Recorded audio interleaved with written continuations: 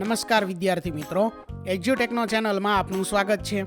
ધોરણ 9ના જે વિદ્યાર્થીઓ એપ્રિલ 2026માં વાર્ષિક પરીક્ષા આપવાના છે તેમાં સારા ગુણ મેળવી શકે તે હેતુથી આપણે વાર્ષિક પરીક્ષાના મોડલ પેપરનું સોલ્યુશનની એક સિરીઝ શરૂ કરેલ છે, જેના અંતર્ગત આજે આપણે ધોરણ 9ના વિજ્ઞાન વિષયના કુલ 80 ગુણનું મોડલ પેપર જે છે તેનું સોલ્યુશન જોવાનું છે.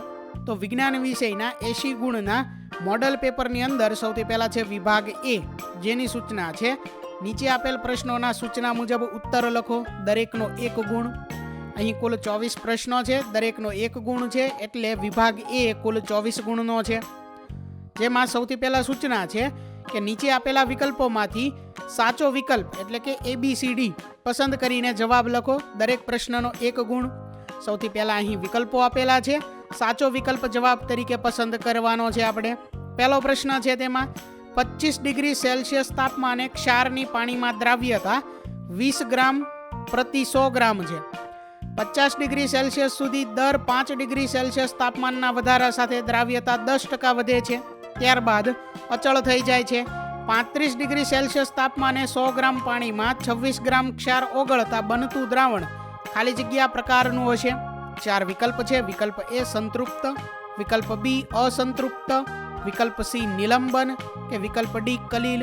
તો અહીં સાચો જવાબ છે વિકલ્પ બી અસંતૃપ્ત. તો આ મુજબ સાચો વિકલ્પ જવાબ તરીકે પસંદ કરી અને આપણે લખવાનો છે. ત્યાર પછી બીજો પ્રશ્ન છે, નીચેના પૈકી શેમાં મહત્તમ પરમાણુ સંખ્યા છે? તો તેનો જવાબ છે 18G CH4, 18 ગ્રામ CH4, એટલે કે જવાબ છે વિકલ્પ ડી. ત્રીજો પ્રશ્ન છે, સજીવો જેમાં કોષ કેન્દ્ર અને અંગિકાઓને ફરતે કલા આવેલી નથી. તો જવાબ છે આદિ કોષ કેન્દ્રી, એટલે કે વિકલ્પ એ.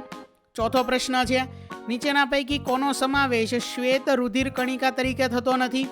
જવાબ છે વિકલ્પ ડી ત્રાકકણ.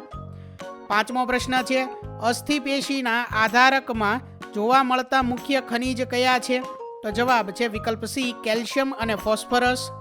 આગળ છે ત્યાર પછી સૂચના કે નીચેના વિધાનો ખરા છે કે ખોટા તે જણાવો.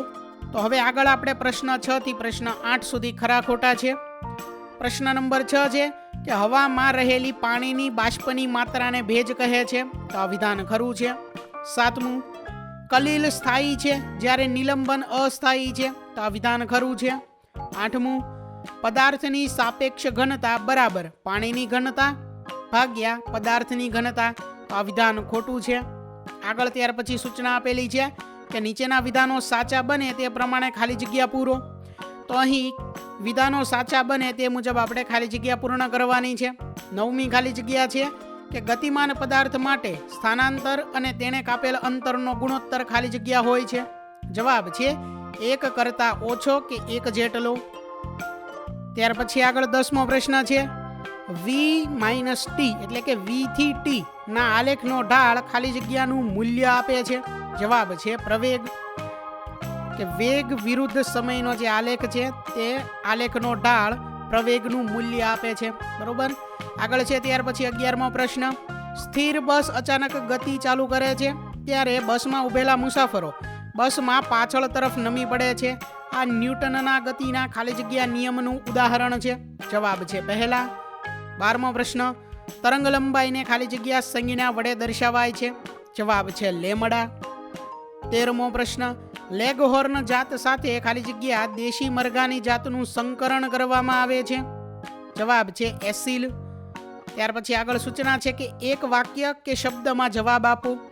14મો પ્રશ્ન છે, 273 કેલ્વિન તાપમાને બરફ તેજ તાપમાને રહેલા પાણી કરતાં વધુ ઠંડક ઉત્પન્ન કરે છે, શા માટે? તો જવાબમાં આપણે લખી શકીએ કે 273 કેલ્વિન તાપમાને બરફના કણોની ઉર્જા તેજ તાપમાને રહેલા પાણીના કણો કરતાં ઓછી હોવાથી વધુ ઠંડક ઉત્પન્ન કરે છે. 15મો પ્રશ્ન છે, PO4 તેની -3 કે અહીં P અને કેપિટલ O છે, બરોબર, ત્યાં સ્મોલ o નથી, કેપિટલ O છે. PO4 -3 કેટલા પરમાણુઓ હાજર છે? તો જવાબ છે કે PO4 -3 આયનમાં 1 ફોસ્ફરસ અને 4 ઓક્સિજન એમ કુલ 5 પરમાણુઓ હાજર છે. 16મો પ્રશ્ન છે કે 16 ગ્રામ ઘન સલ્ફરમાં રહેલા અણુ S8 ની સંખ્યા ગણો. તો જવાબ છે કે 3.76 ગુણ્યા 10⁻22 અણુ. 17મો પ્રશ્ન છે, કોષમાં કાર્બન ડાયોક્સાઇડ એટલે કે CO2 અને પાણી જેવા પદાર્થોનું અંતર તેમજ બહારની તરફ વહન કેવી રીતે થાય છે, ચર્ચા કરો. તો જવાબ છે કે CO2 નું વહન કોષ રસપટલ વડે પ્રસરણ દ્વારા, જ્યારે પાણીનું વહન કોષ રસપટલમાંથી આશ્રુતિ દ્વારા થાય છે. CO2 અને પાણી તેમના વધુ સંકેન્દ્રણથી ઓછા સંકેન્દ્રણ તરફ ગતિ કરે છે. 18મો પ્રશ્ન છે, વૈજ્ઞાનિકોનો જીવ વિજ્ઞાનમાં ફાળો જણાવો. કેમેલો ગોલ્ગી. તો આ વૈજ્ઞાનિકે ગોલ્ગી પ્રસાધનનું સૌ પ્રથમ અવલોકન અને વ્યવસ્થિત વર્ણન કર્યું. ત્યાર પછી 19મો પ્રશ્ન છે, અન્નમાર્ગમાં કઈ અધિચ્છદ પેશી શોષણ અને સ્ત્રાવ કાર્ય સાથે સંકળાયેલી છે? જવાબ છે સ્તંભીય અધિચ્છદ પેશી. 20મો પ્રશ્ન છે, પાણીમાં ડૂબાડેલ પ્લાસ્ટિકના બ્લોકને છોડી દેતા તે પાણીની સપાટી પર કેમ આવી જાય છે? તો પ્લાસ્ટિકની ઘનતા પાણીની ઘનતા કરતાં ઓછી છે, તેથી પાણી વડે પ્લાસ્ટિકના બ્લોક પર લાગતું ઉત્પ્લાવક બળ પ્લાસ્ટિકના વજન કરતાં વધુ છે. પરિણામે પ્લાસ્ટિકના બ્લોકને પાણીની અંદરથી છોડી દેતા તે પાણીની સપાટી પર આવી જાય છે. આગળ છે ત્યાર પછી 21મો પ્રશ્ન, પાકની સુરક્ષા માટે નિરોધક કે જંતુ વિરોધી પદ્ધતિઓ અને જૈવ નિયંત્રણ શા માટે સારું સમજવામાં માનવામાં આવે છે? તો પાક સુરક્ષા માટે નિરોધક કે જંતુ વિરોધી પદ્ધતિઓ અને જૈવ નિયંત્રણ સારું માનવામાં આવે છે, કારણ કે તે પર્યાવરણ માટે સલામત, અન્ય સજીવ સ્વરૂપો માટે બિનહાનિકારક, ભૂમિની ગુણવત્તાને અસર કર્યા વગર ચોક્કસ લક્ષ્ય પર એટલે કે જંતુ પર અસર કરે છે. 22મો પ્રશ્ન છે, બ્રોઇલર અને ઈંડા આપવા વાળી મરઘીઓમાં શું ભેદ હોય છે? તેમના પ્રબંધનના ભેદને પણ સ્પષ્ટ કરો. તો માંસ ઉત્પાદન માટેની બ્રોઇલર મરઘી કરતાં ઈંડા ઉત્પાદન વાળી લેયર મરઘી કદમાં નાની હોય છે. બ્રોઇલરના નિવાસ, પોષણ અને પર્યાવરણીય જરૂરિયાતો લેયરથી કેટલાક અંશે અલગ હોય છે. 23મો પ્રશ્ન છે કે પશુઓની જાતમાં સુધારણા કરવા માટે સામાન્ય રીતે કઈ રીતનો ઉપયોગ કરાય છે અને શા માટે? તો પશુઓની જાતમાં સુધારણા કરવા માટે સામાન્ય રીતે સંકરણ રીતનો ઉપયોગ કરવામાં આવે છે, કારણ કે સંકરણ માટે ઈચ્છિત લક્ષણો ધરાવતી દેશી જાત સાથે વધુ ઉત્પાદન ધરાવતી વિદેશી જાત પસંદ કરાતા સંતતિમાં બંને પિતૃના ઈચ્છિત લક્ષણો મળે છે અને સુધારેલી જાત મળે છે. આગળ છે ત્યાર પછી સૂચના કે નીચે આપેલ પ્રશ્નોના યોગ્ય જોડકા જોડો. અહીં વિભાગ એ માં નિયમ આપેલો છે અને વિભાગ બી માં તે વૈજ્ઞાનિકનું નામ આપેલું છે. તો અહીં જોડકા જોડવાના છે. પહેલું છે જડત્વનો નિયમ, તો એની સામે આવશે ત્રીજું એરિસ્ટોટલ, અને બીજું છે ગતિનો બીજો નિયમ, તો એની સામે આવશે પહેલું ન્યૂટન. એટલે પહેલાની સામું ત્રીજું અને બીજાની સામું પહેલું આવશે. અહીં વિભાગ એ પૂર્ણ થાય છે. આગળ જોઈએ ત્યાર પછી હવે આપણે વિભાગ બી, જેની સૂચના છે કે નીચે આપેલા પ્રશ્નોના 40 થી 50 શબ્દોમાં માગ્યા મુજબ ઉત્તર લખો, દરેકના 2 ગુણ. કોઈ પણ 9 પ્રશ્નના આપણે અહીં જવાબ લખવાના છે, જેના જવાબમાં 40 થી 50 શબ્દો લખવાના છે અને દરેક પ્રશ્નના અહીં 2 ગુણ છે, એટલે વિભાગ બી કુલ 18 ગુણનો છે.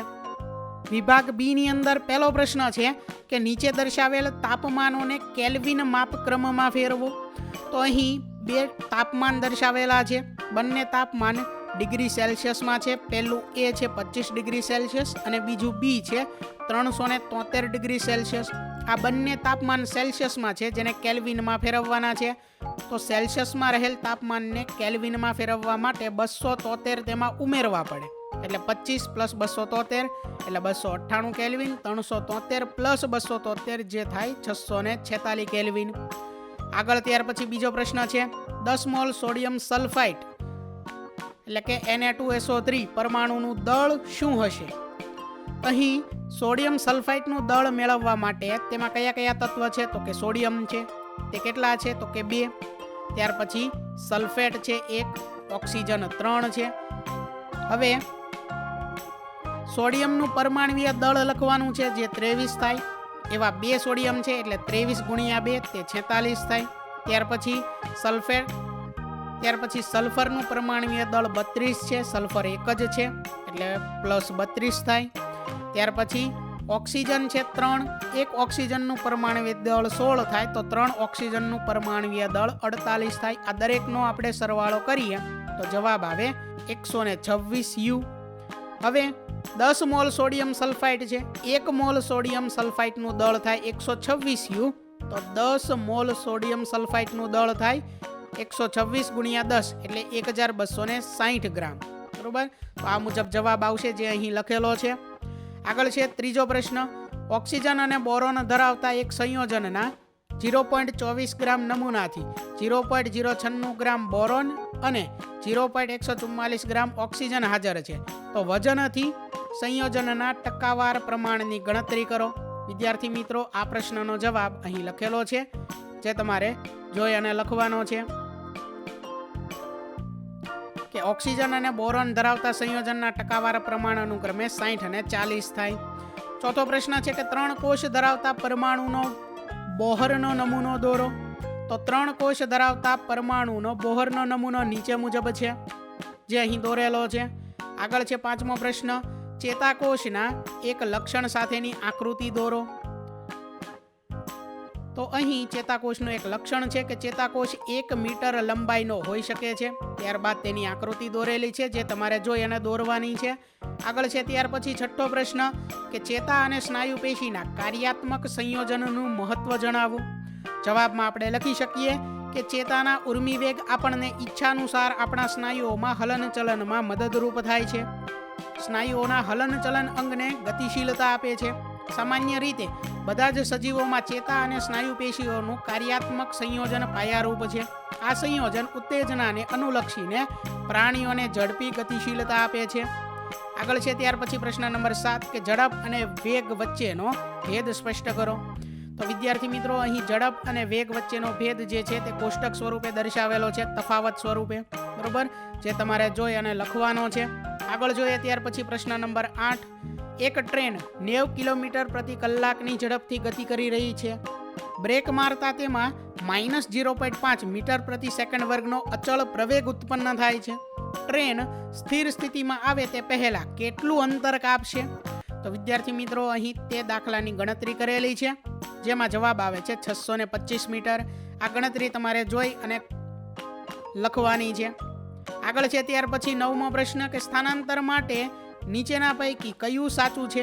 એ, તે શૂન્ય હોઈ શકે નહીં. બી, તેનું મૂલ્ય પદાર્થ દ્વારા કાપેલ અંતર કરતાં વધુ હોય છે. તો જવાબ છે એ ખોટું છે કે સ્થાનાંતર શૂન્ય હોઈ શકે. બી ખોટું છે કે સ્થાનાંતરનું મૂલ્ય કપાયેલ અંતર જેટલું અથવા તેનાથી ઓછું હોય છે. આગળ છે ત્યાર પછી 10મો પ્રશ્ન કે વૈજ્ઞાનિક કારણ આપો. વાહનના ટાયરો ખરબચડા રાખવામાં આવે છે. તો જવાબમાં આપણે લખી શકીએ કે વાહનના ટાયરોની ખરબચડી સપાટીને લીધે વાહન ગતિમાં હોય ત્યારે ટાયર અને જમીન વચ્ચે ઘર્ષણ બળ વધે છે. પૂરતા ઘર્ષણ બળને લીધે ટાયર જમીન પર સરકી જતું નથી અને વાહન ચલાવવું સલામત રહે છે. 11મો પ્રશ્ન છે કે વૈજ્ઞાનિક કારણો આપો. ઝીણા છિદ્રોવાળું પાણી છાંટવાનું પ્રસ્તાવન સાધન અથવા તો મશીન, જેને વોટર સ્પ્રિંકલર કહે છે, ઘાસની લોન ઉપર પાણી પહોંચાડીએ કે તરત જ ફરવા લાગે છે. તો જવાબમાં આપણે લખી શકીએ કે પાણી છંટકાવ સાધનનું ઘૂમવાનું ફરવાનું કાર્ય ન્યૂટનના ગતિના ત્રીજા નિયમ ઉપર આધારિત છે. છંટકાવ સાધનના નોઝલમાંથી જ્યારે પાણી બહાર આવે છે ત્યારે સમાન અને વિરુદ્ધ પ્રકારનું પ્રતિક્રિયા બળ તેના પર લાગે છે.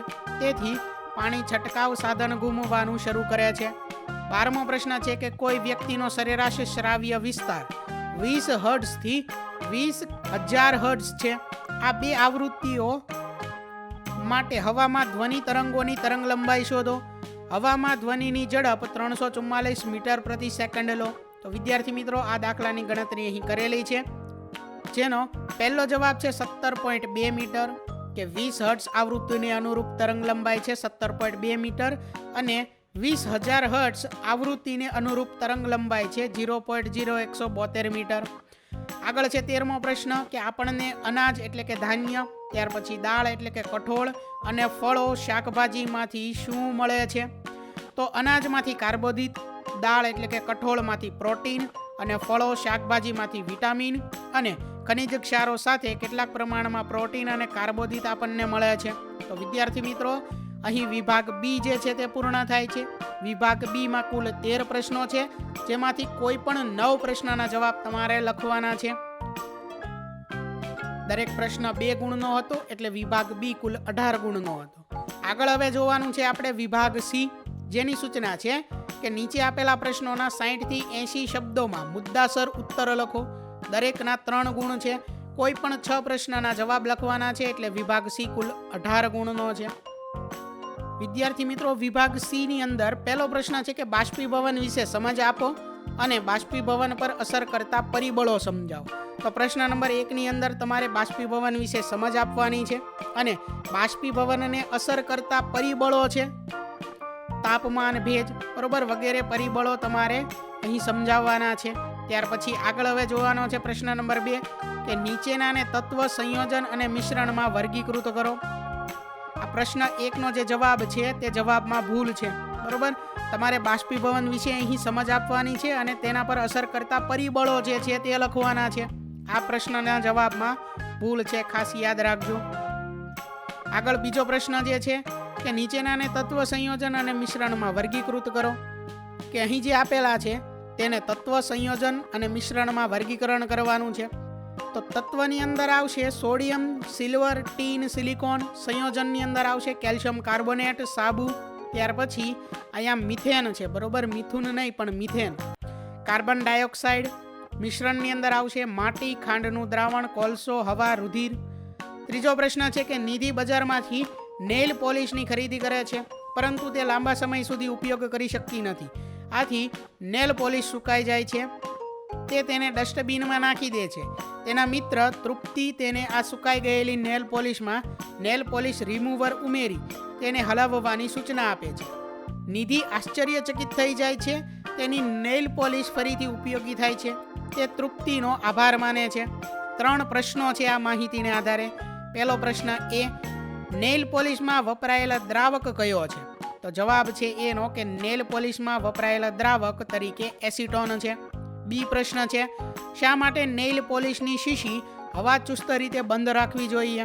તો જવાબ છે બી, કે જો હવાચુસ્ત રીતે શીશી બંધ ના કરવામાં આવે તો દ્રાવકનું બાષ્પીભવન થઈ જાય છે અને નેલ પોલિશ સુકાઈ જાય છે. સી છે કે આ દ્રાવણમાં રહેલા રંગકોને કઈ પદ્ધતિ દ્વારા અલગ કરી શકાય?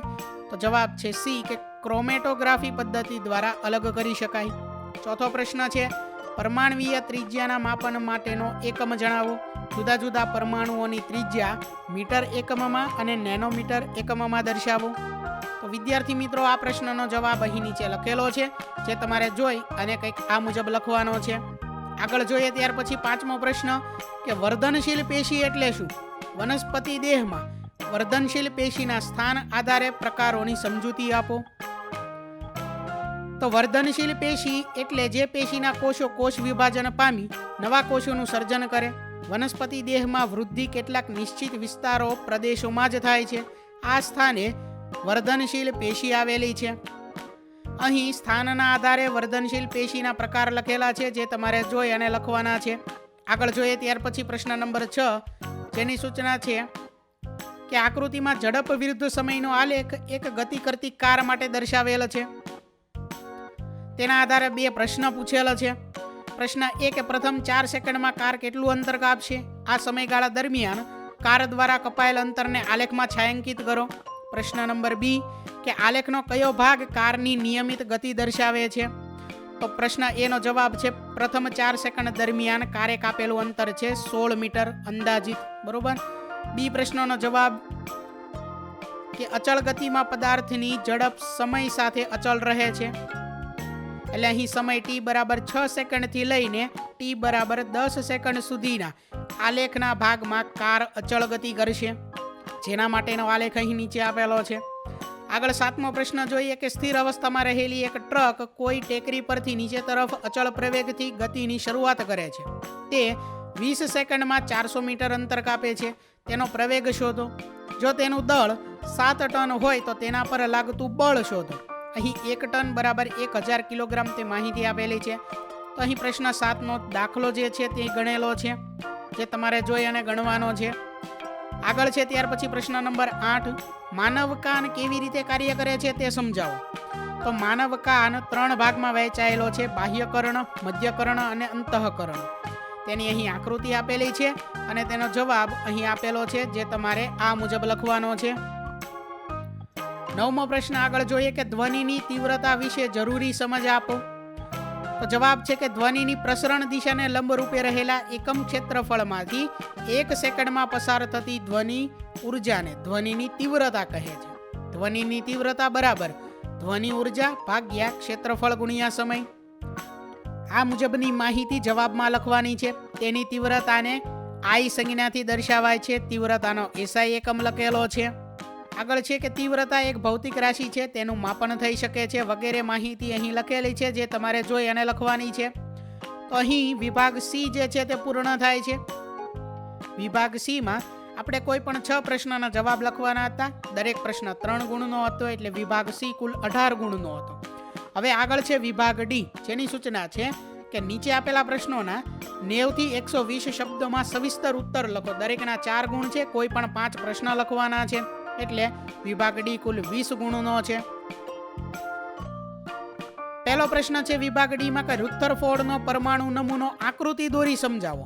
આ નમૂના દ્વારા જાણવા મળતી પરમાણુની લાક્ષણિકતા જણાવો. વિદ્યાર્થી મિત્રો, આ પ્રશ્નનો જવાબ અહીં લખેલો છે, જે તમારે જોઈ અને લખવાનો છે. બરોબર, આકૃતિ સાથે તેનો જવાબ લખવાનો છે, ખાસ ધ્યાન રાખજો. આગળ બીજો પ્રશ્ન છે, જેમાં 2 પેટા પ્રશ્ન છે. એ નામનો પ્રશ્ન છે કે સમસ્થાનિકો એટલે શું, તેના વિશે સમજૂતી આપો.